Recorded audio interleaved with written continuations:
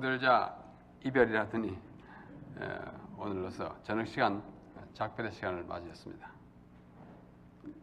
우리가 한 주일 동안 무슨 공부를 해왔습니까? 언약. 언약은 무엇입니까? 네? 언약은 약속. 약속. 무슨 약속이에요? 하나님이 사람에게 주신 약속들이에요. 개개인에게 주셨지만은 그 여파, 영향이 온 인류에게 미치는 중대한 언약을 우리가 공부해 왔습니다. 그 언약이 다 어디에 있어요? 성경. 우리는 성경이라 그럽니다만은 두 부분을 나누면 옛 언약, 구약과 새 언약, 신약으로 이루어져 있습니다. 그러므로 이 성경은 통째로 약속이고 언약입니다. 그렇게 표현할 수 있습니다. 그래서 첫째 날 무슨 언약 공부했습니까? 서론에 이어서 네? 아담의 언약이에요. 아담의 언약의 핵심은 승리의 언약. 반드시 이긴다. 지금 너희들은 졌지만 다른 분이 와서 꼭 이길 것이다. 그분이 누구예요? 여자의 후손. 예수님이에요. 아주 분명해요. 그 다음에 이 인류의 역사에 중대한 위기가 닥쳤습니다. AM 창조 때로부터 한 얼마쯤 됐을 때? 1600년쯤 됐을 때. 구체적으로 1656년이었어요. 그때 홍수가 났어요. 홍수가 왜 났습니까? 홍수가 왜 났냐면 온 인류가 타락했기 때문입니다. 아주 아담이 타락한 이후로 계속 타락해가지고 더 이상 인간이기를 그만둔 듯한 그런 형편에 이르렀을 때 기회를 줬어요. 방주를 타면 살게 하는. 근데 그 기회를 다 이용하지 않았습니다. 그래서 노아에게 약속을 했습니다. 앞으로는 어떻게 하겠다? 너희들 생명을 내가 보존할 테니까 뭐만 타라? 방주만 타라. 그래서 무지개를 주면서 늘 상기하게 했습니다. 그래가지고 새 출발을 했는데 또 인간이 타락해가지고 이번에는 우상을 섬기는 일에 아주 온 인류가 매달렸습니다. 그래서 또 새 출발할 수밖에 없었어요. 이번에는 홍수를 주지 않겠다고 약속했기 때문에 이번에는 사람을 끄집어냅니다. 전반적인 우상 숭배의 소굴인 갈대아 우르에서 누구를 불러냈어요? 아브라함. 아브라함에게 창세기 12장에 보면은 굉장히 큰 약속을 주십니다. 언약하셔요. 내가 너로 뭘 이루겠다? 큰 민족을 이루어서 그 민족의 후손을 통해 가지고 온 인류가 복받게 하겠다. 그래서 아담의 후손으로 오신 누가 온 인류에게 복이 되었습니까? 예수님이에요. 다 예수님이에요. 예수님에 대한 약속을 자꾸 하는 것입니다. 그래가지고 또 위기가 생겼어요. 이제는 애굽에 팔려가지고 애굽에서 아주 종이 되어 있는 상태에서 이제 또 구출해냈습니다. 인간은 자꾸 타락하고 하나님은 자꾸 구출해내고 그게 역사예요. 그래서 뭐 아무런 한 일 없지만도 하여튼 끄집어내가지고 시내산에 갖다 놓고 누구를 통하여? 모세를 통하여 약속을 또 하셨어요.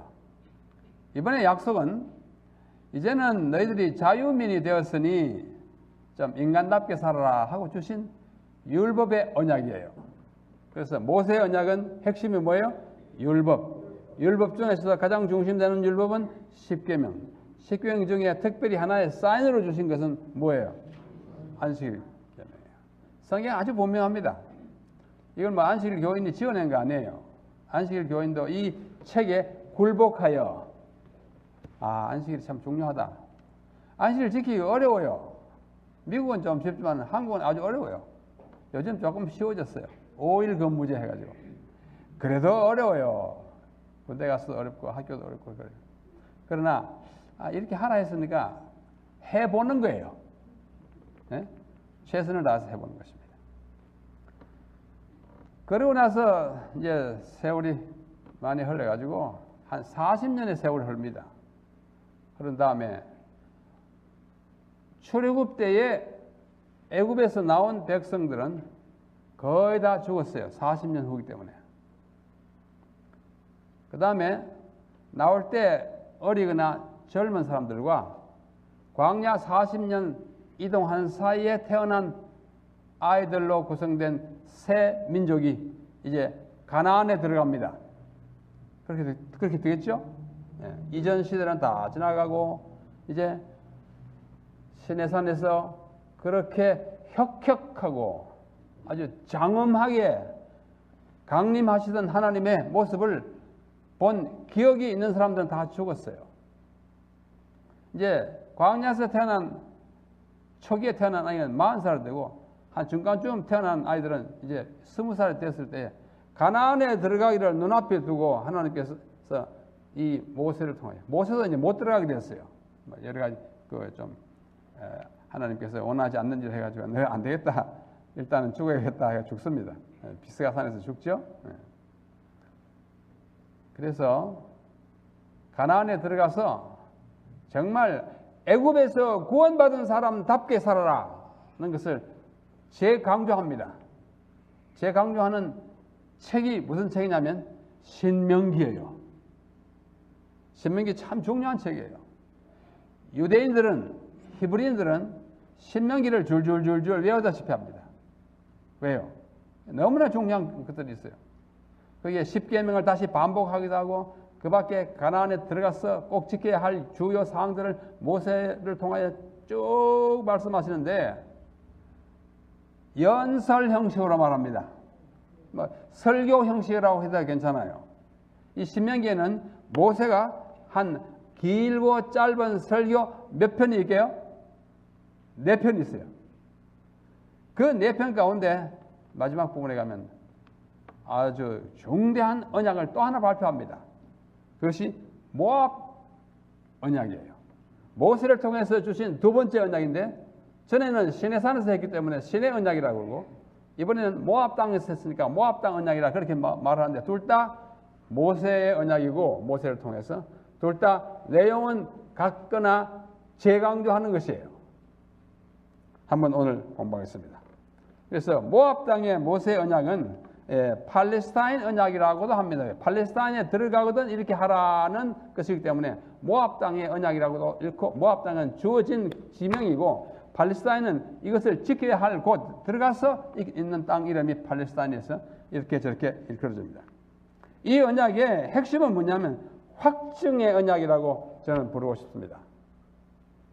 다른 사람은 조금 다르게 부를 수 있어요. 그러나 제가 이렇게 두고 생각해 보니까 시내산에서 했던 언약을 확증하는 언약이에요. 그렇게도 볼 수 있습니다. 자, 여기 지도가 있습니다. 지도가요. 자, 여기가 지중해입니다. 이스라엘 지도는 참 그리기 쉬워요. 한국 지도는 뭐 참 복잡하죠. 이렇게. 또 미 합중국 지도는 뭐 복잡합니다. 플로리다 반도가 있고 이러잖아요. 이스라엘 지도는 아주 간단합니다. 한번 보십시오. 여기서부터 쭉 내려오다 잠깐 튀어나오고 쭉 내려오면 지도예요. 쉽죠? 네, 아주 쉬워요. 이렇게 해가지고 이렇게 하면 지도예요. 자, 여기서 이제 올라와요. 여기라고 하는 것은 홍해를 건너고 광야를 지나서 이제 아카바만이라고 하는 곳에서 쭉 올라오면 페트라가 있어요. 이 가운데 페트라 가보신 분 참 많이 있을 거예요. 굉장히 아름답고 신기한 바위 집들로 되어 있는 것이에요. 우리 이 세리토스 교회를 중심으로 또 인근에 있는 우리 남가주 우리 성도님들 금년에 준비해가지고 내년에 한번 꼭 가십시오. 갔다 오면 성경에 대한 인식이 확 달라져요. 왜? 예수님이 지나갔던 그 걸음을 밟아보고 오고 모세가 지나간 자리를 밟아보고 오고 이 사람들이 살던 집에 손을 대보고 오고 달라요. 아주 달라집니다. 꼭 가시기 바랍니다. 모 목사님 꼭 인솔하십시오. 네.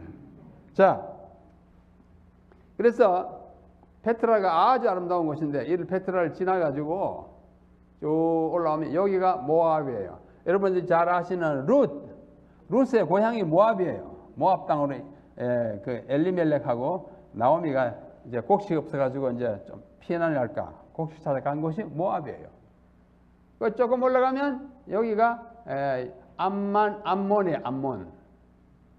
암몬이고 여기서 여리고를 거쳐서 가나안으로 들어갑니다. 그렇죠?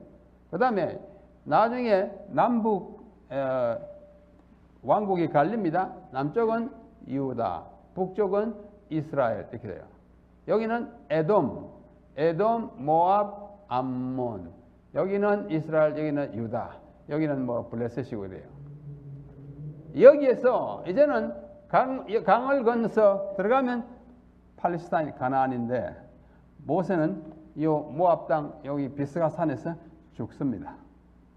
여기 신명기 맨 마지막 장에 가보면 그 죽는 것이 잘 기록되어 있습니다. 여기서 맺어진 언약이 바로 모압 땅의 모세의 언약입니다. 신명기 29장부터 30장에 있는 것이 모압 땅의 모세 언약입니다. 그 첫 구절을 한번 읽어보겠습니다. 호렙에서 이스라엘 자손과 세우신 언약 외에 여호와께서 모세에게 명하신 모압 땅에서 명하사 모압 땅에서 또 그들과 세우신 언약의 말씀이 이러하니라. 신명기에 기록된 모세의 네 번째 연설 가운데 첫 부분이에요. 첫째 연설은 1장부터 4장, 그 다음에 둘째는 5장부터 한 20 몇 장, 6장까지 가고, 그 다음에 또 20 몇 장부터 가고 29장부터 이제 네 번째 연설이 가는데요. 이것을 품고 있는 신명기라고 하는 책은, 자, 여러분들은 뭐 한자를 쓰지 않습니다만은 신명기라는 말의 뜻이 뭐예요? 신명기. 여기 혹시 신씨 계십니까? 이 성을 가지신 분? 신 목사님? 신자가 무슨 신자입니까? 나비씨네, 맞아요. 나비는 뭐예요? 잔나비의 준말이에요. 잔나비는 뭐예요? 원숭이 신자예요. 목사님 죄송합니다. 그래서 신자가 들어있는 연도에 태어난 분들은 다 무슨 띠예요? 원숭이 띠. 그래서 신 들어간 많이 있어요. 뭐 갑신년, 경신년 뭐 있잖아요. 그 다 원숭이 띠예요. 그런데 여기서는 원숭이라는 뜻이 아니고 신명기에 무슨 원숭이가 필요하겠어요. 이것은 요 신자가 또 다른 뜻이 하나 있어요. 무슨 뜻이냐면 요 신자 앞에 사람인 변 하면 이것도 신자는 신자인데 왜? 굴신, 그렇죠? 그 다음에 신축성 할 때 신, 그게 별신자입니다. 이 별신자가 사람인 변이 들어가야 되는데 옛날에는 사람인 없이도 별신 의미가 들어있었어요. 그래서 신명기라 하면 명령하는 것은 계명을, 하나님의 명령을 어떻게 해요? 다시 펴는 기록이 신명기입니다. 그래서 영어로는 Deuteronomy 이렇게 번역해요. Deutero라는 말은 the second, 헬라어로 두 번째. 노미는 노모스, 법이에요. 두 번째 법. 그래서 신명기입니다. 자, 참고로 그렇게 말씀하시고, 방금 말씀드린 대로 연설이 첫째, 둘째, 셋째, 넷째 연설이에요. 이거 뭐 제가 아까 처음에 넉 장, 4장에서 26장, 27장, 넷째 연설이 29장과 30장이고 마지막 모세의 태진인데 거기에 들어있는 것이 모압의 언약이에요. 넷째 연설을 쭉 이렇게 다 읽을 시간이 없어요. 왜냐하면 어제 못한 거 지금 삽입했기 때문에 빨리 지나가겠어요. 참고로 이 자료를 원하시는 분들은 우리 목사님이나 담당자에 말씀하시면 드릴 수 있습니다. 보면 여러 예언적 선언이 많이 있어요. 특별히 복과 저주가 아주 많이 있습니다. 이렇게 하면 복받는다, 이렇게 하면 저주받는다, 이렇게 하면 산다, 이렇게 하면 죽는다, 많이 있어요. 그리고 또 언약과 맹세를 시키는 부분이 전개되고 있어요. 그리고 이 신명기에 보면은 굉장히 자주 언급되는 단어가 있어요. 제가 여기 노란색을 칠해놓은 걸 얼른 봐도 무슨 글자가 제일 많이 쓰였습니까? 사랑. 여러분, 구약의 하나님은 굉장히 엄숙하시고 굉장히 엄격하시고 굉장히 무서운 하나님 이렇게 아니에요. 죄 짓는 사람에게는 누구나 무서워요. 그러나 하나님의 본질은 뭐예요? 사랑이에요. 첫날 말씀드렸죠. 하나님의 가장 중요한 본질 두 가지는 뭐예요? 사랑과 자유. 자유는 굉장히 중요해요. 하나님 우리에게 완전한 자유를 주셨기 때문에 타락할 수 있는 자유까지도 우리에게 주셨어요. 타락할 수 있는 자유, 불순종할 수 있는 자유, 죽을 자유도 주셨기 때문에 우리가 죽는 걸 하나님이 못 죽게 할 수가 없어요. 그러나 뭐 합니까? 호소합니다. 죽지 마라. 왜 죽냐? 너 대신 내가 죽어줄게. 이게 십자가예요. 구약 처음부터 하나님의 사랑이에요. 신명기에 보면 사랑이에요. 33절 맞아요. 여호와께서 백성을 사랑하시느니 사랑의 하나님인 것입니다. 그래서 이 팔레스타인 언약과 모압 땅의 언약의 내용은 확정인데요. 무슨 확정이냐? 앞에 주신 시내산의 언약을 확정, 재확인. 이제 광야에서 태어난 새 세대에게 다시 한번 확인시켜주는 언약이 모압 언약입니다. 거기에 자꾸 자주 언급되는 것이 복과 축복과 저주예요. 그래서 그 내용을 자세히 보면은 끊임없이 하나님은 죄송합니다. 이게 빨리빨리 나가네.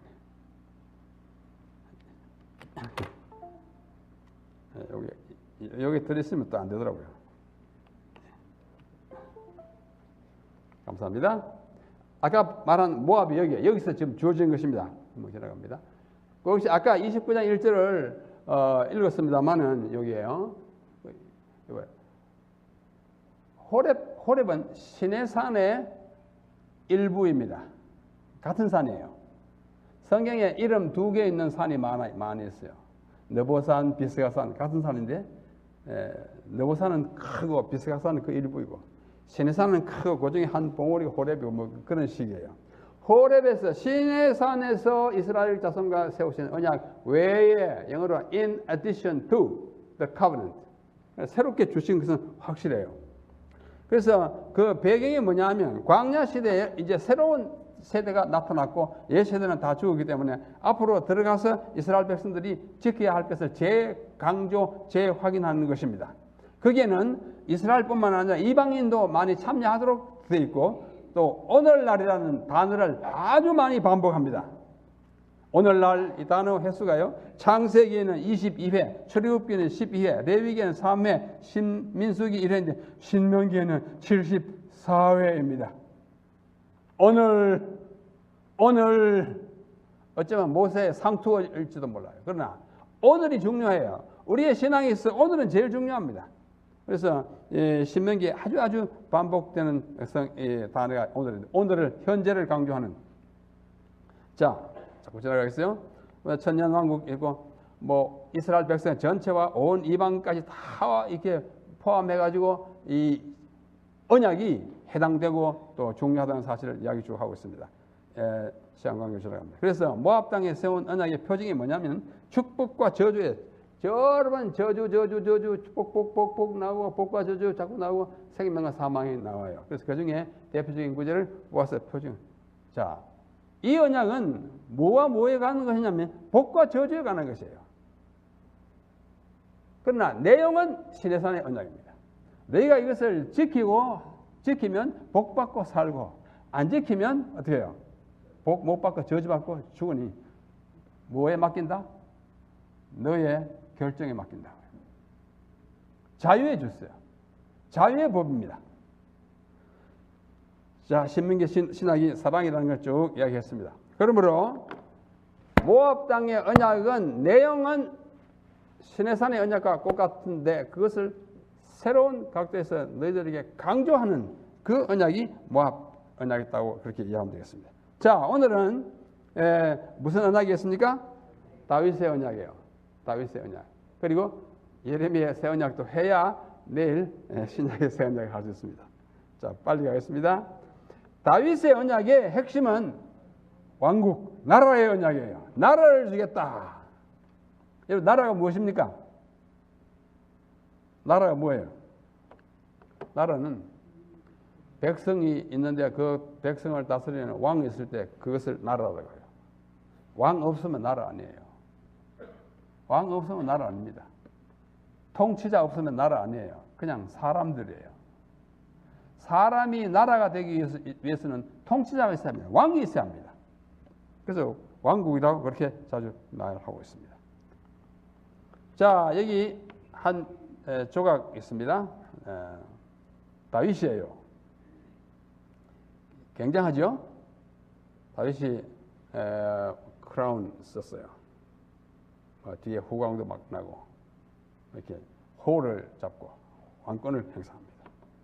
저기 로마에 있는 마리아 마치오레라고 하는 그 바실리카에 있는 것입니다. 자, 이 그림은 여러분 얼른 보셔도 아시다시피 뭐 하는 그림이에요? 네? 한 사람이 이분이 한 사람에게 뭐 합니까? 기름을 부어요. 영어로 하면 anoint. 기름을 부어요. 이것은 제3세기 시리아에 그려진 벽 그림이에요. 자, 얼른 봐도 아시다시피 여러 형제들 가운데 한 사람에게 기름을 붓는 이 분은 누구일까요? 사무엘. 그래서 왕을 삼는 거예요. 그 삼는 과정을 우리가 함께 보겠습니다. 그 다음에 이 그림은 그가 다윗이 이 세상에 있으면서 가장 특징적으로 잘 했던 그 기능 또는 재능이 음악이었습니다. 그 다음에 문학이었어요. 시를 잘 썼어요. 성경에 시편에 150편의 시가 있는데 그 중에 다윗이 쓴 시가 몇 편인지 아세요? 72편이에요. 이름이 있는 앞에 다윗이라고 쓰는 다윗의 시라고 쓰는 것이 72편입니다. 절반 조금 못 돼요. 75편. 그러나 이름이 안 적혔지만은 다윗의 시로 이해되고 믿어지고 전해지는 시가 많습니다. 시편 1편 앞에 다윗의 시라는 말이 없어 다윗의 시라고 전해지고 있어요. 그러면 175를 훨씬 넘어요. 그러므로 시편의 절반 이상을 쓴 시인 누구예요? 다윗이에요. 그리고 이 악기를 잘 다루는 분이었습니다. 이거는 그림이고 이거는 이제 조각이 아니고 이게 주물인데요. 이게 어디냐면 예루살렘에 가시면 구도성이 있습니다. 신약 시대에 있던 구도성이 있고 시내가 넓어져 가지고 현대 예루살렘이 있고 옛날 도성이 이렇게 가운데 있어요. 바로 남쪽에 보면은 산이 있었는데 지금은 산처럼 보이지도 않아요. 다 이렇게 민둥민둥. 그 산이 시온산입니다. 그래서 그것을 시온성이라 그렇게도 말해요. 그 시온산에는 마가의 다락방이 있어요.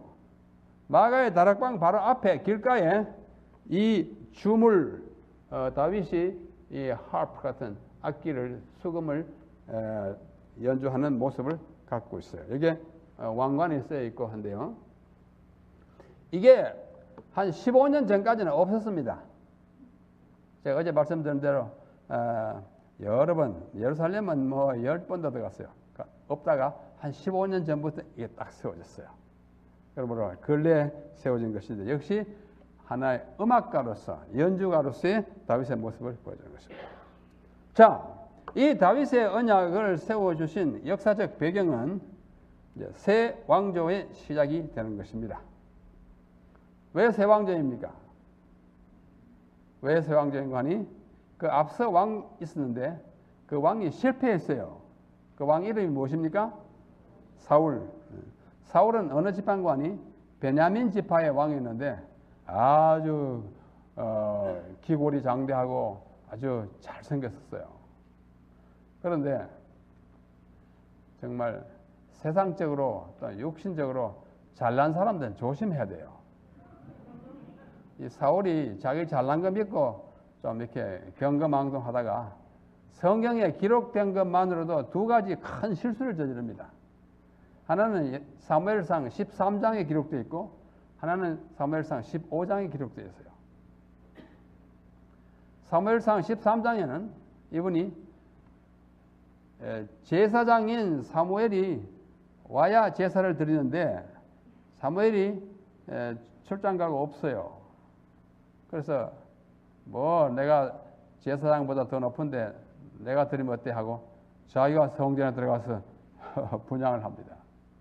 다 하고 나오니까 사무엘이 와서 야단쳤어요. 왕이시여 어찌 이렇게 하십니까? 이렇게 하시면 안 됩니다. 꾸짖었습니다. 15장에 가면 이 블레셋하고 싸움을 해가지고 하나님께서는 항상 전쟁을 하면은 그 노획물 있지 않습니까? 특별히 가축, 그건 다 죽이라고 그랬어요. 왜냐하면 그 가축으로 인하여 또 투쟁이 생기고 나눠 먹을 때 투쟁이 생기고 또 욕심이 생기고 또 그거 해놓으면 어떻게 자기는 농사 안 짓고 양 안 치고 하는 여러 가지 복잡한 이유 때문에 진을 하라 그랬는데도 딱 상대방을 제 앞에 놓고 보니까 그 짐승들이 너무너무 탐스러운 거예요. 그래서 일부를 죽이고 소, 양 중에서 아주 토실토실하고 건장한 것들은 다 한쪽에다 살려놨어요.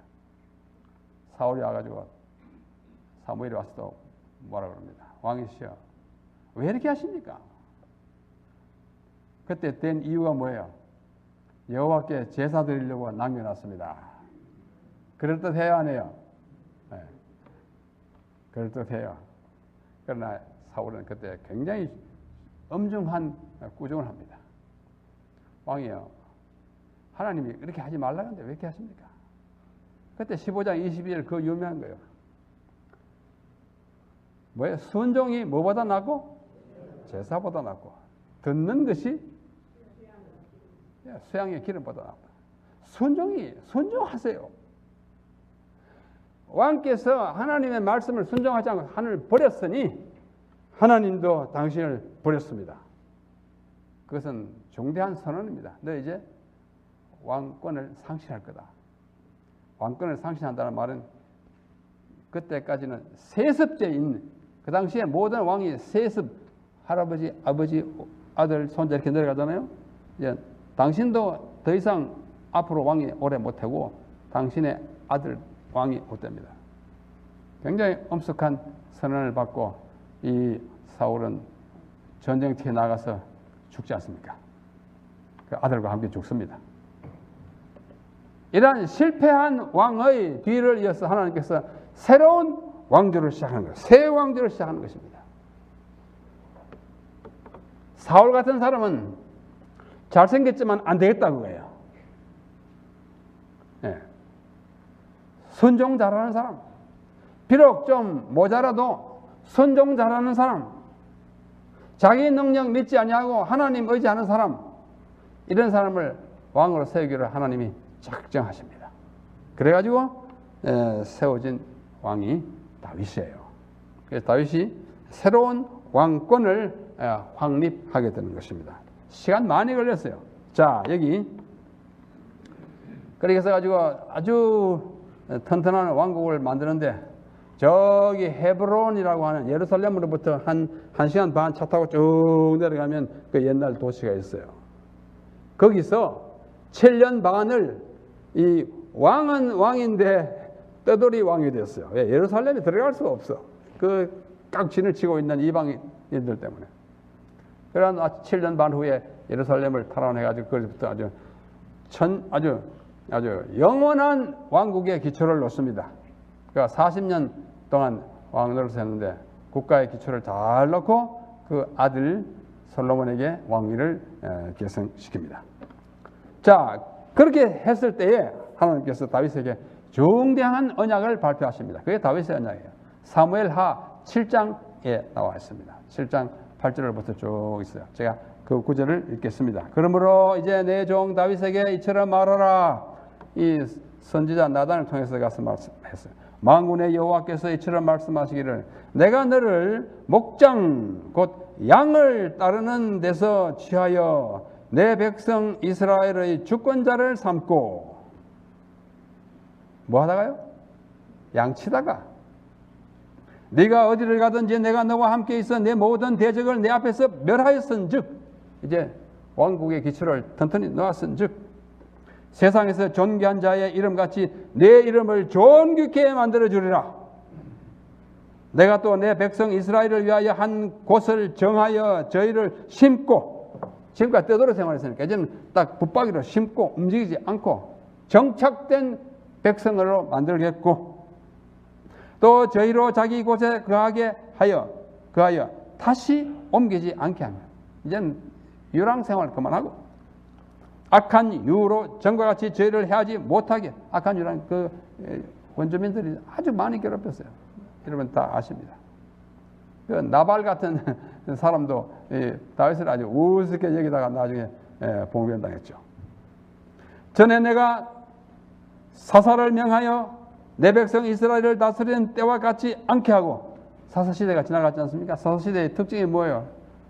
그때 왕이 없으므로 모든 사람이 각자 자기 소견대로 행하던 그런 무정부 상태가 이제 끝나고, 너를 모든 대적에서 벗어나 평안케 하리라. 참 불안한 생활을 살던 분이에요. 이 다윗은요, 어떻게 됐는가 하니, 양치다가 갑자기 불려왔어요. 하나님께서 사무엘에게 이렇게 했어요. 사무엘아, 너 이새의 집에 가서 한 사람을 택해라. 사무엘이 그거 알아요. 왜 그런지. 왕 택하려고. 아이고, 제가 가면 다윗이 아직도 사울이 아직 죽기 전이에요. 사울이 알면 큰일 납니다. 제가 어떻게 하겠습니까? 가서 희생을 드리려고 왔다고 그냥 이야기해라. 그래, 하나님 또 시키니까 갔지요. 아주 이새의 집에 가서 또 보니까 쫄망쫄망 아이들이 건장하고 또 잘생긴 아이들이 쭉 있습니다. 7명이나 있어요.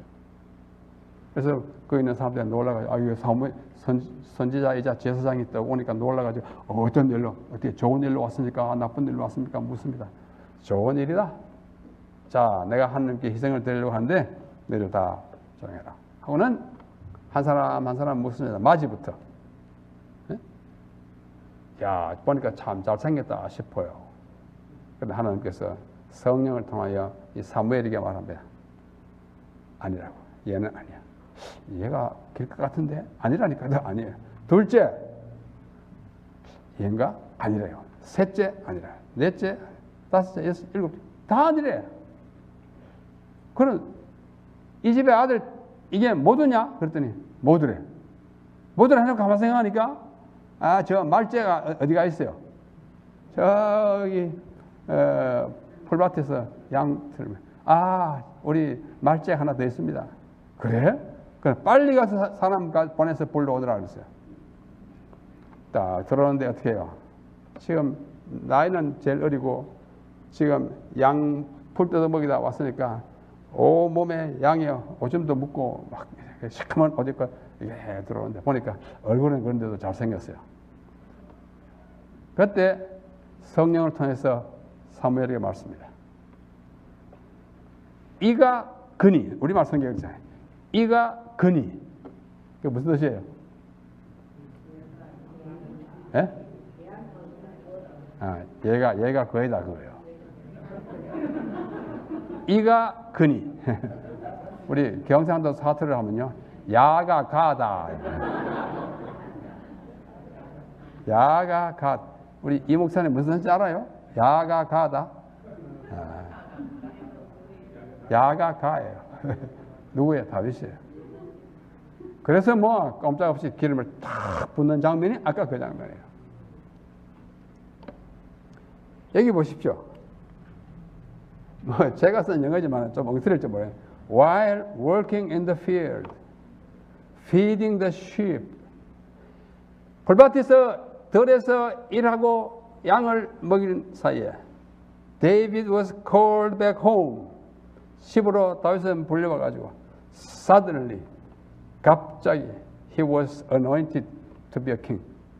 왕의 기름을 부어받았다. 한 유대인의 전설에 의하면 다윗은 그때 입고 있던 그 양의 오줌 묻은 옷, 작업복, 그 작업복을 왕이 된 다음에 예루살렘의 왕궁 자기 집무실 앞벽에다가 그걸 딱 걸어놨어요. 쾌쾌한 찌릿찌릿한 냄새나는 옷 딱 걸어놓고 그 자기 집무실로 들어갈 때 쳐다보고 나올 때 쳐다보고 가고 쳐다보고 오고 그랬어요. 왜요? 왜요? 내가 저 옷 입고 있다가 갑자기 왕이 됐다고 해요. 다윗이 참 그렇게 인정 있고 참 좋은 왕이었어요. 이런 옷 내가 걸어놨어요. 근데 이 옷은 새 옷이에요. 새 옷인데 제가 이 옷을 찾아보니까 헌 옷이 없어가지고 새 옷 갖다 걸어놨는데요. 한번 보십시오.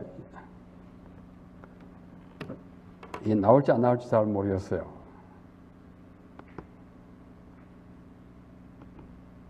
이런 옷이야. 네. 이런 것 딱 걸어놓고 어떻게 해요? 들어오면서 나오면서 봤어요. 내가 하나님의 부르심을 받고 이 나라의 왕이 될 때 저 옷 입고 있었다 그거예요. 아주 인간 말죄, 한 집에 말죄이자 목동이던 아이가 갑자기 왕이 됐어요. 여러분들은 다 다윗과 비슷합니다. 일상에 뭐 좀 잘나도요 아무것도 아니에요. 일상에 또 가난하게 또 비천하게 또 지나신 분들은 염려하지 마십시오. 여러분 앞으로 다 왕 같은 제사장이 됩니다. 왕 같은 제사장이 됩니다. 여러분 다른 형들은 어찌하여 집에 있다가 왕이 못 됐을까요? 하나님은 일하는 사람을 택해서 일시킵니다. 오직 하나님만 일하고 있었어요. 그러니 어떻게 해요? 일 자꾸 시켜야죠. 그러니까 일 시키는 것입니다. 우리는 이 땅에서 살 때에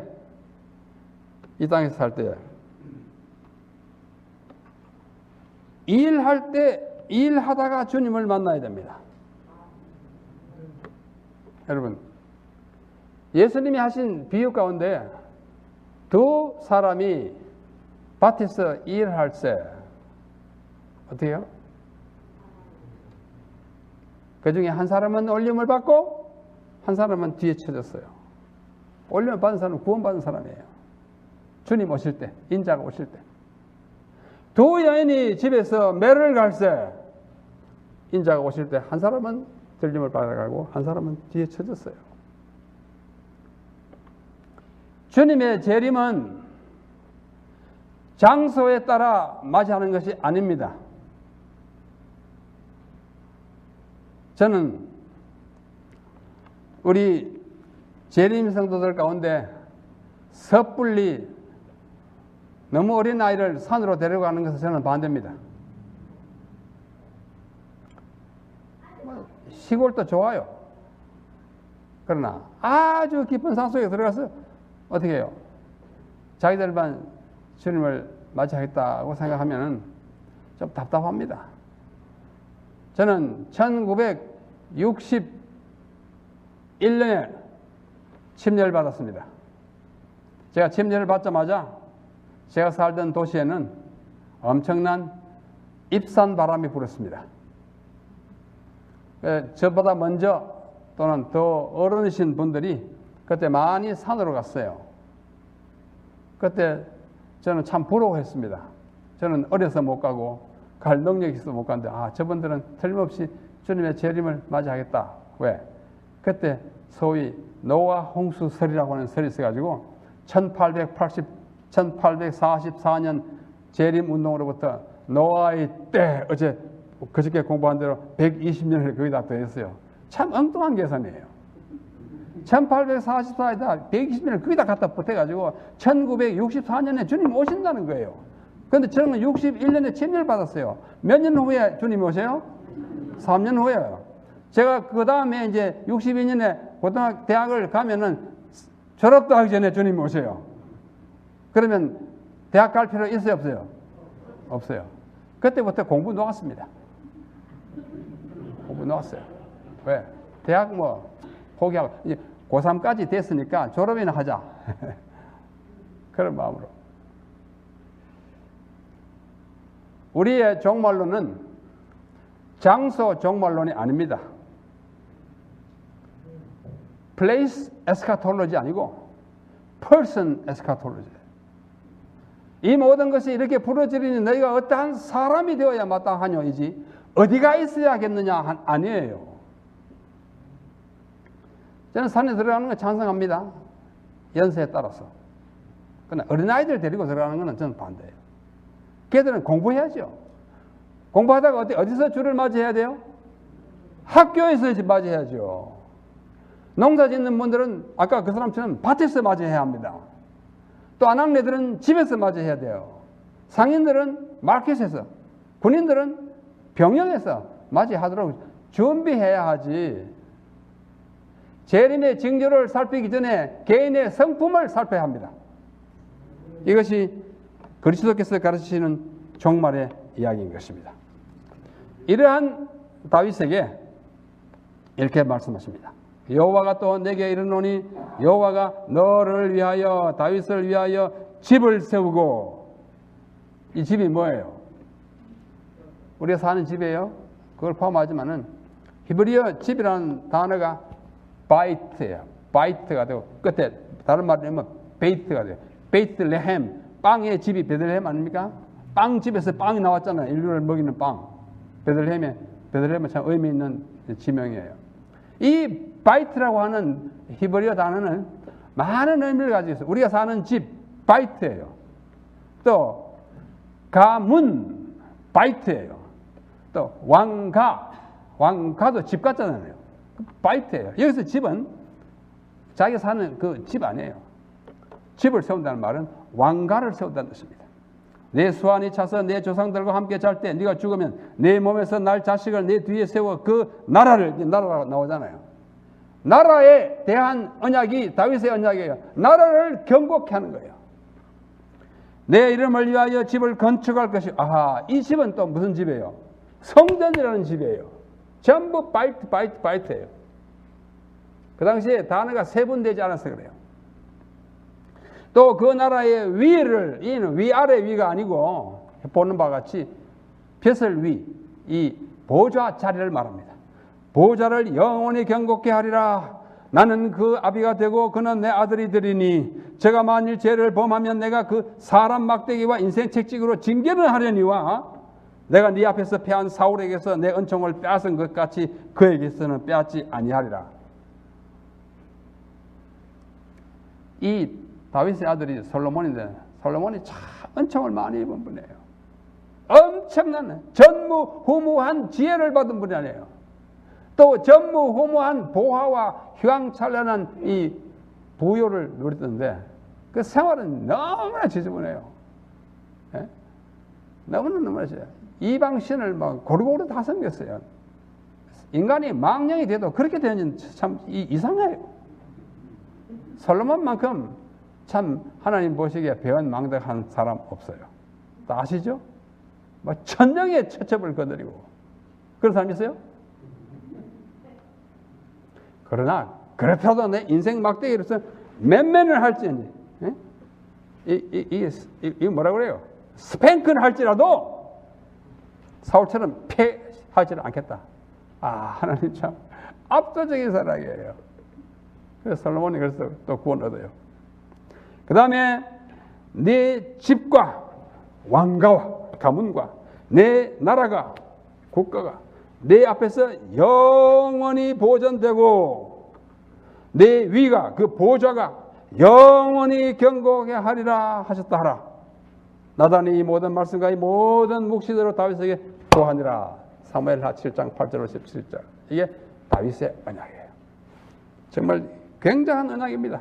자, 요약합니다. 존귀한 자의 이름같이 내 이름을, 다윗의 이름을 존귀케 만들겠다. 다윗이라는 이름이 구약에 1064회 나오고 신약에 61회 언급되어서 합계 얼마야? 1125회 성경에 그 이름이 기록된 사람은 다윗뿐이에요. 다윗보다 더 자주 언급된 이름은 여호와라는 하나님의 이름뿐입니다. 오늘날 이 땅에, 미국 땅에 다윗이 얼마나 많은지 이름을 아세요? 제가 여기 살 때, 미시간에 살 때에 제 아이들이 이제 미국 와가지고 자기 반에 가서 공부를 하는데 하루는 이래요. 아빠, 우리 반에 데이빗하고 존이 너무 많아요. 그래. 그렇죠? 길 가다가 데이빗 한번 해보십시오. 한 15명 뒤로 돌아볼 겁니다. 왜? 좋으니까. 하나님의 사랑을 입었다는 뜻이 참 좋으니까. 이름을 존귀하게 했습니다. 이스라엘을 위하여 한 곳을 정하고, 이제는 안정된 국가가 되고, 모든 대적에 벗어나 평안케 하고, 적군을 다 무찌르고, 내 몸에서 날짜를 네 뒤에서 세워서 솔로몬이 네 나라를 견고케 하겠다. 저는 내 이름을 위하여 집을 성전 건축하겠다. 솔로몬이 건축했잖아요. 또 내 나라의 위를 영원히 견고케 하겠다. 이 약속이 우리가 생각하는 대로 문자적으로 성취됐습니까? 안 됐습니까? 솔로몬이 나라를 견고케 했지만은 솔로몬이 죽자마자 나라가 스플릿 남북으로 갈렸어요. 솔로몬은 다윗의 언약을 1차적으로만 성취시켰지 궁극적으로는 성취하지 못했어요. 이 궁극적인 성취는 누가 하느냐면 다윗의 진짜 아들 솔로몬보다도 더 다윗의 아들 같은 아들 누구예요? 예수님. 그래서 마태복음 1장 1절 아브라함의 아들 다윗의 아들 그게 헬라어로 아들이에요. 휘오스 아들이에요. 우리말 조상이라 했죠. 자손이라고 했지만 그래서 여기 영원히 이루겠다는 말은 실패한 예언이 아니에요. 영원히 한 것은 영원히의 뜻은 히브리의 영원히의 뜻은 우리 것처럼 길고 멀고 끝없이 쫙 계속 아니에요. 히브리의 뜻은 그 목적이 반드시 성취될 것이다 하는 뜻에서 영원히 나라가 견고하겠다 그랬어요. 그 나라가 진짜 영원히 견고하게 될 날이 예언적 다윗의 아들인 예수님을 통해서만이 영원히 우리가 생각하는 그런 영원한 왕국이 건설될 것입니다. 그래서 그분을 우리는 왕 중 왕 그래요. King of Kings 그러죠? 참 멋있는 이름이에요.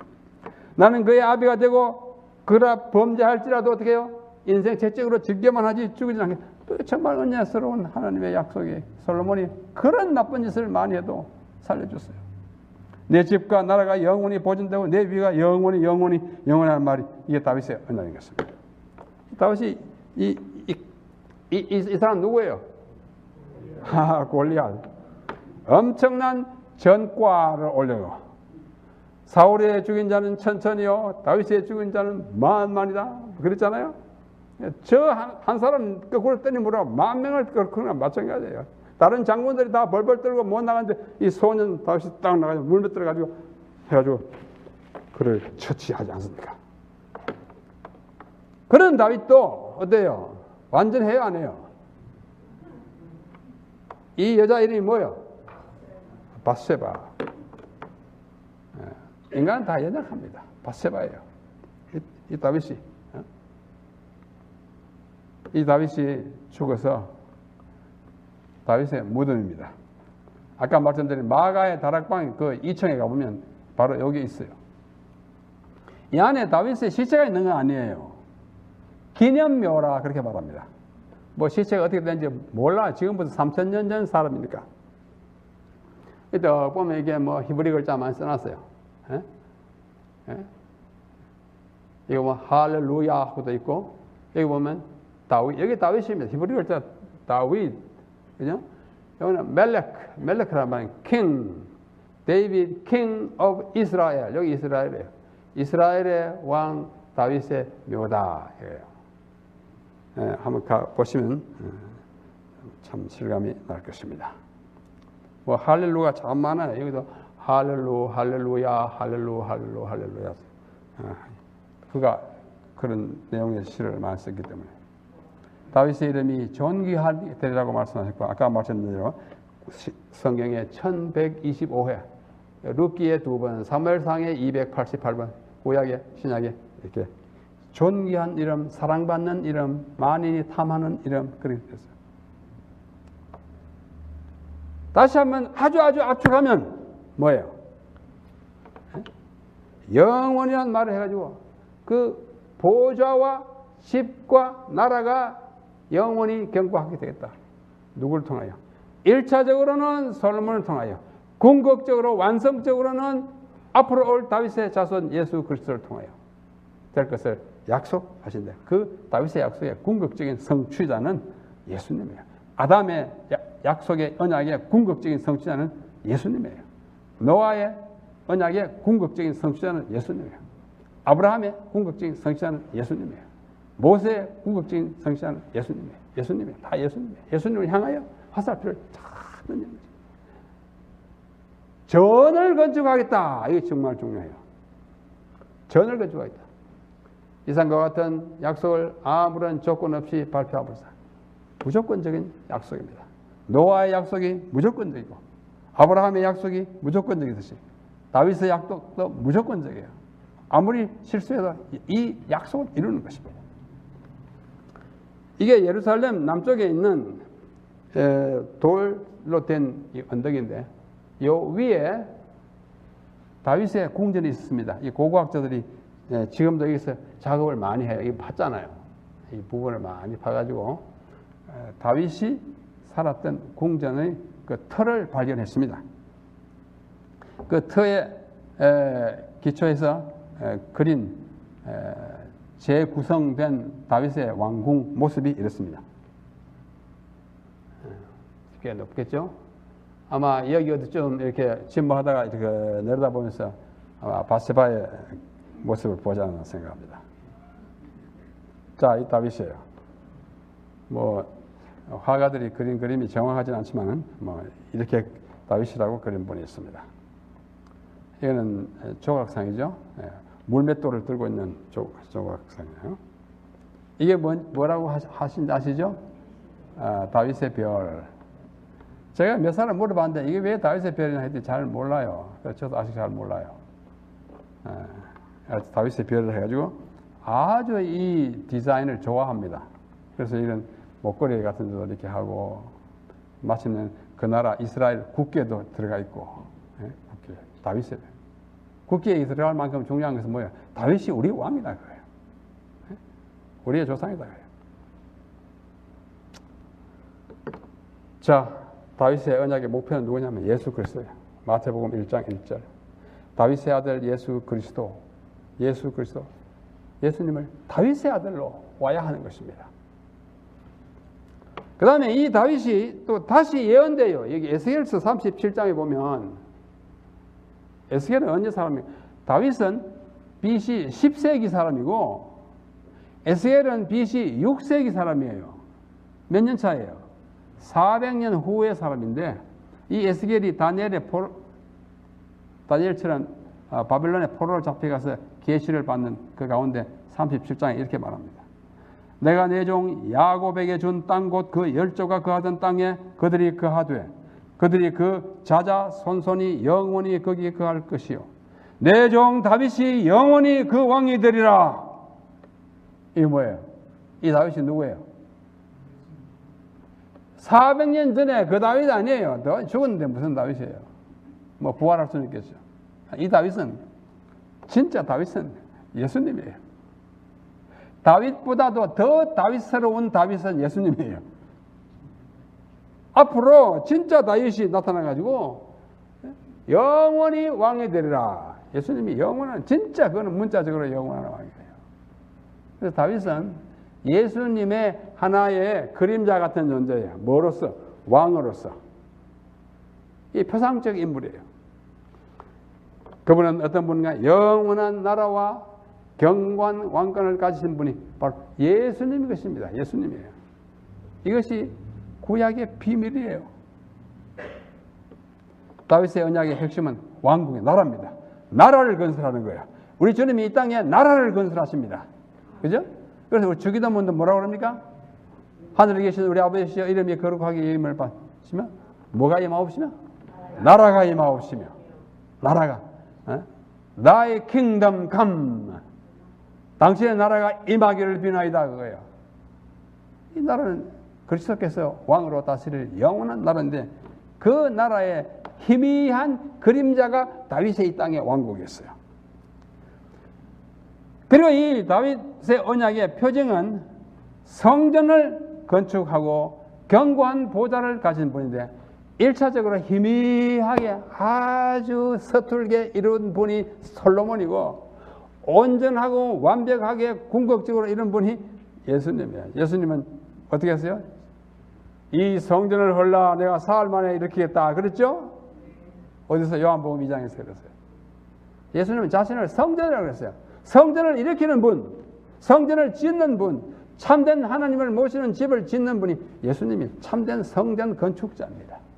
그분 자신이 성전이기도 해요. 그리고 그분은 영원한 왕권을 가지신 분인 것입니다. 그리스도 안에서 이것이 이루어지는 것입니다. 이 언약을 사무엘상과 이사야서에 보면 영원한 언약이라고 그랬습니다. 영원한 언약, 영원한 언약. 이 다윗의 언약을 그렇게 말했어요.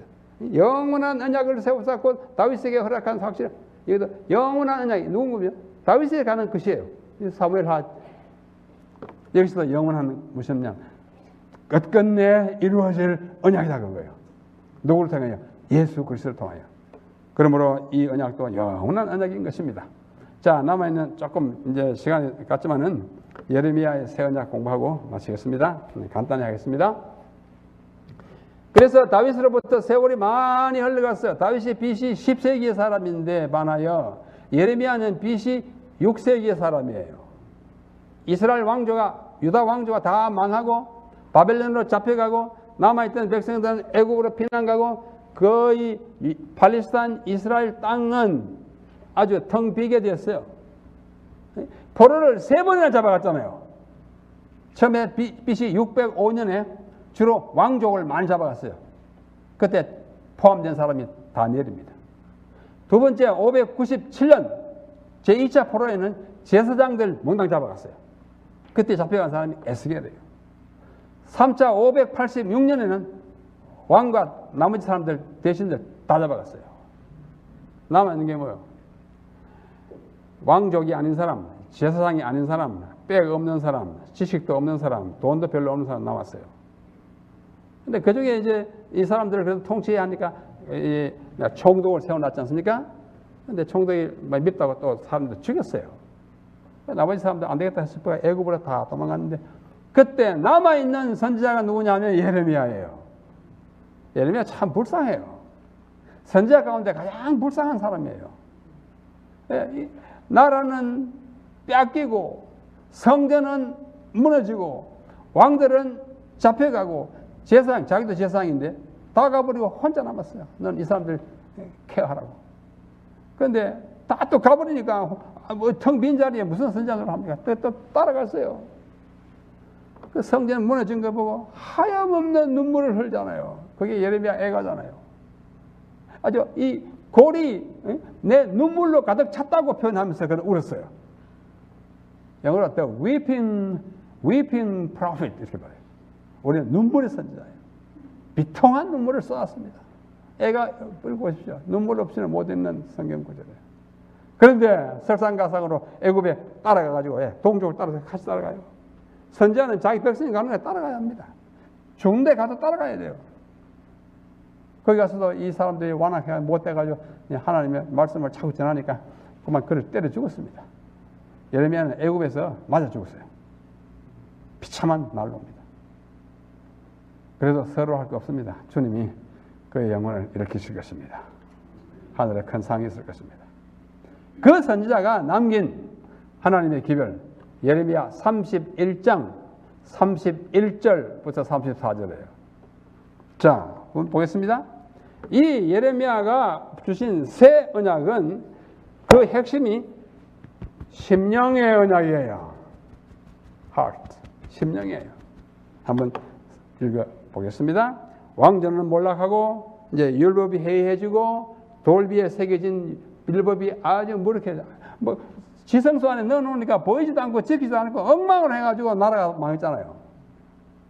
그런 판국에 하나님께서 이렇게 새 언약을 주십니다. 이번에는 마음에 새기는, 돌비에 아무리 새겨도 소용없으니까 마음에 새깁니다. 율법 조항보다도 심령에 새긴 율법이 중요하다는 그런 원칙을 주는 것입니다. 이게 예레미야의 새 언약이에요. 우리 다 같이 한번 읽어보십시다. 시작.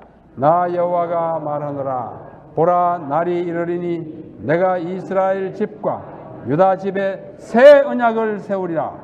나 여호와가 말하노라. 이 언약은 내가 그들의 열조의 손을 잡고 애굽 땅에서 인도하여 내던 날에 세운 것과 같이 아니할 것은 내가 그들의 남편이 되었어도 그들이 내 언약을 파하였음이니라. 나 여호와가 말하노라. 그러나 그날 후에 내가 이스라엘 집에 세울 언약은 이거하니 곧 내가 나의 법을 그들의 속에 두며 그 마음에 기록하여 나는 그들의 하나님이 되고 그들은 내 백성이 될 것이라. 그들이 다시는 각기 이웃과 형제를 가리켜 이르기를 너는 여호와를 알라 하지 아니하리니 이는 작은 자로부터 큰 자까지 다 나를 알미니라. 내가 그들의 죄악을 사하고 다시는 그 죄를 기억지 아니하리라. 여호와의 말이니라. 분명합니다. 돌비의 세계에서 감춰둔 그것은 효력이 없어. 보지도 않고 지키지도 않고 안 되겠다. 하나님이 이 정책을 달리합니다. 마음의 세계자, 마음의 이 heart religion, 마음의 종교로 저는 이 율법 조항 종교에서 심령의 종교로 변하는 것입니다. 그래서 이스라엘 집에 이와 같은 새로운 언약을 세우는 것입니다. 뭐 이 새 언약에 대한 이 성경 주소가 많이 있어요. 그래서 다 지나갑니다. 이 새 언약은 새롭게 내용을 준 거 아니에요. 전에는 돌비의 세계나 그것도 무시하지 말고 뭐랄까요? 이게 마음에 되지 않으라고 돌의 세계인데 지키지 않게. 이제는 내가 너를 얼마나 사랑하는지, 내가 너희를 어떻게 구원하는지 마음에 호소하는 새로운 방향으로 바꾸는 것입니다. 이것이 예레미야가 말하는 것입니다. 돌판에 새겨진 같은 율법이 성령에 의하여 마음판에 기록된다. 참 은혜스러운 해석이에요. 자신의 의로움을 세우려 하는 대신 우리는 그리스도의 은혜를 통하여 우리 마음에 기록된 하나님의 율법에 순종하는 생애를 살 것이다. 그리스도의 영의 임재로서 우리는 그분께서 행하신 대로 행할 수 있다. 그분은 선지자를 통하여 자신에 대하여 나의 하나님이여 내가 주의 뜻 행하기를 즐겨오니 주의 법이 나의 심중에 있나이다. 법이 마음에 있어야지 토리에서 가지고 안 되겠다 그거예요. 우리의 종교도 마찬가지입니다. 율법 조항이 무슨 이게 글 조문에 있는 게 아니에요. 마음에 있는 거예요. 마음에 그것이 새겨져야 합니다. 정말 하나님은 그 정책을 바꿉니다. 정책을 바꿉니다. 그들의 속에 두며 그 마음에 기록한다고 아까 이런 대로 강조하고 있는 것입니다. 그래서 이 새 언약의 특징과 중요성을 사람들이 많이 말하고 있는데 그래서 요약하면요. 몇 개만 읽으면 이 예레미야의 새 언약은 구약 전체에서 가장 높고 중요한 개념을 말하는 문단이다라고 어떤 사람이 말했어요. 참 공감이 가요. 뭐예요? 가장 높고 Mountain Peak. 구약의 구절 가운데 Mountain Peak 최고. 뭐 돌 위에 써 있는 것보다 더 차원 높아요. 심령의 종교. 그래서 이것을 우리에게 주신 것은 하나님의 새로운 방법인 것입니다. 자, 지금까지 우리는 7개의 언약을 공부했습니다. 아주 요약한 것인데요. 여기는 언약의 종류, 핵심, 표징.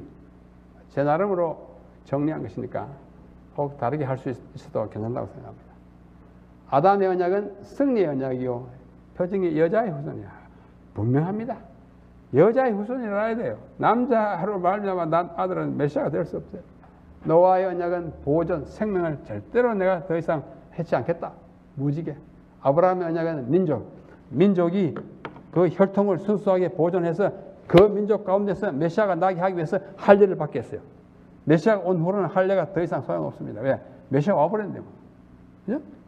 그 다음에는 시내산의 모세의 언약, 율법의 언약이고 안식일은 인이라는 걸 우리 배웠고, 그 다음에 모압 땅 오늘 박정의 언약에서 축복과 저주, 다윗의 언약은 왕국의 언약, 또 성전과 함께 보좌를 사인으로 줬습니다.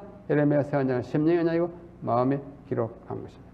구약의 모든 언약과 약속의 성취자는 누구십니까? 이게 다 예수님이에요. 예수님과 관련된 예수님을 알게 하는 것입니다.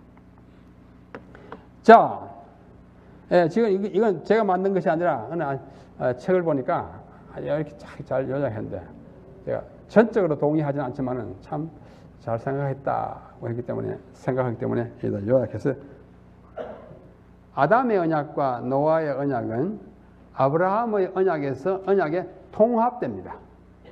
그런데 아브라함의 언약을 자세히 보면 네 가지 국면이 있어요. 개인적인 국면이 있어요. 개인, 너 이렇게 행하였으니 내가 그를 의로 여긴다. 나를 믿으니 의로 여긴다. 그 개인적인 것이에요. 그 다음에는 영토의 축복이 있어요. 이 넓은 땅 너희 자손에게 주겠다. 약속이 있어요. 그 다음에 셋째는 민족의 축복이 있어요. 너로 말미암아 모든 민족이 축복받겠다. 약속합니다. 그 다음에 영적인 축복이 있어요. 그건 그 가운데 포함된 영적인 믿음의 조상으로서의 아브라함의 약속인 것입니다.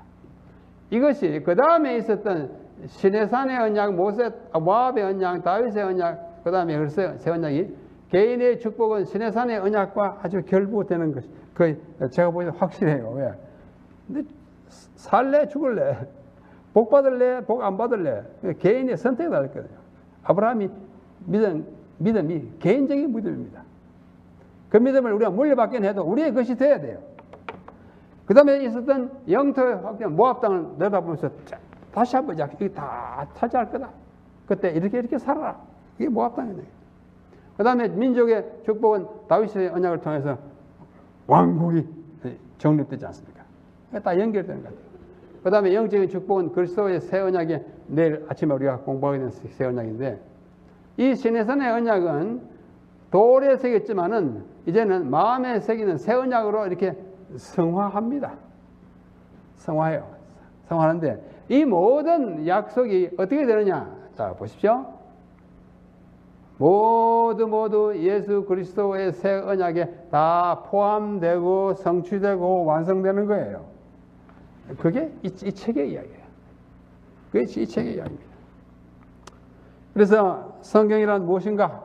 성경은 구약과 신약, 즉 옛 언약과 새 언약인데 옛 언약 구약은 장차 오실 분에 대한 약속의 기록입니다. 그러나 새 언약 신약은 이미 오신 분에 대한 성취의 기록이에요. 구약은 약속이고 신약은 성취예요. 하나는 오실 분, 하나는 오신 분의 이야기예요. 그래서 성경은 그리스도의 이야기인 것입니다. 그래서 산상복음에 예수님께서 말씀하십니다. 내가 율법이나 선지자나 구약 성경을 폐하러 온 줄로 생각지 말라. 폐하러 온 것이 아니요 완전케 하려 함이로다. 완전케 한다는 말은 성취하러 왔다. 아담의 언약을 성취하러 왔다. 노아의 언약을 성취하러 왔다. 아브라함의 언약과 모세의 언약과 이 다윗의 언약을 예레미야 언약까지 내가 성취하러 왔다는 거예요. 성취하러 왔습니다. 구약의 율법과 선지자에 기록된 모든 언약과 약속을 성취하는 것이 그리스도께서 성육신 하신 몸. 내가 왔다 그래요. 뭐하러요? 뭐하러 왔어요? 내가 왔다. 뭐하러 왔어요? 폐하러 오지 않고 왜요? 완전하게 완성하러 온 것입니다. 바울이 기록한 고린도후서 1장 20절은 얼른 보면 평범하지만은 곰곰이 보면 매우 심각한 심오한 뜻을 가지고 있어요. 하나님의 약속은 우리가 이번에 공부한 이 모든 언약들이잖아요. 언약이요. 이게 약속이에요. 하나님의 약속은 얼마든지 무슨 약속이든지 그리스도 안에서 예가 되니 예가요. 한자로 예가 아니에요. 대답 예입니다. yes입니다. 영어 성경 보면 다 yes. 모든 언약은 그리스도 안에서 yes. yes는 뭐예요? 이루어지는 것이고. 그런 말미암아 우리가 아멘 하여 하나님께 영광을 돌리느니라. 진짜 성경은 그리스도에 관한 책이고 그리스도를 약속하는 책이고 그 약속이 이루어진 것을 보고하는 책이 신약이에요. 약속입니다. 여기 마지막으로 자, 그리스도는 구약의 모든 언약과 약속 성취자인데 영어로 한번 읽어볼까요? 시작. Christ is the yes to all the covenants of the Holy Bible. 그 밑에는 Jesus is the amen to all the promises of the scriptures. 뭐 해석 안 해도 다 아시죠? 예수님이 모든 언약의 성취자, 예스예요. 예수입니다. 또 그분이 또 아멘이니까 우리도 아멘 하는 거예요. 무슨 아멘이에요? 그렇게 이루어질지어다. 그게 아멘이잖아요. 예수님에게서 이루어질지다. 이루어진 것을 우리는 이번 한 주일 동안에 조금 수도를 봤지만은 확인하였습니다. 여러분 확인되셨습니까? 네. 우리 유튜브나 기타 매체를 통해서 이 말씀을 들으시는 분 계신 분들은 뭐 우리와 똑같은 은혜를 나눴다고 생각합니다. 잘 들으시고 하나님께서 면면히 약속하시고 시대마다 언약하신 것을 한 몸 예수님 안에서 온전히 성취함으로 우리는 그가 우리를 구원하러 오신 하나님 예수 그리스도라는 사실을 확증하게 되는 것입니다. 이 믿음 굳게 붙드시고 이 약속을 끝까지 성취하시는 영원한 언약의 그 장 보내신 우리 하나님 말씀대로 사시다가 약속에 성취되는 그 날에 가서 문자 그대로 영원히 사시는 우리 모든 성도님들 다 되시기를 간절히 바라면서 이 저녁의 말씀을 마치겠습니다. 기도하겠습니다. 아버지 하나님, 신실하신 하나님, 헤세드의 하나님, 내가 반드시 약속을 지키겠다고 말씀하시고 이 모든 언약들을 자꾸 영원한 언약이라고 말씀하신 우리 하나님, 우리의 못남과 죄 때문에도 불구하고 약속을 이루어 주실 것을 믿사오니 그대로 이루어 주시옵소서. 그리하여 우리 모두 구원하셔서 우리 주님 안에 있기를 원하고 있겠사오니 우리를 주님의 나라로 데려가셔서 영원히 다스려 주시옵소서. 우리 구주 곧 오실 예수 주님의 이름으로 간절히 기도하옵나이다.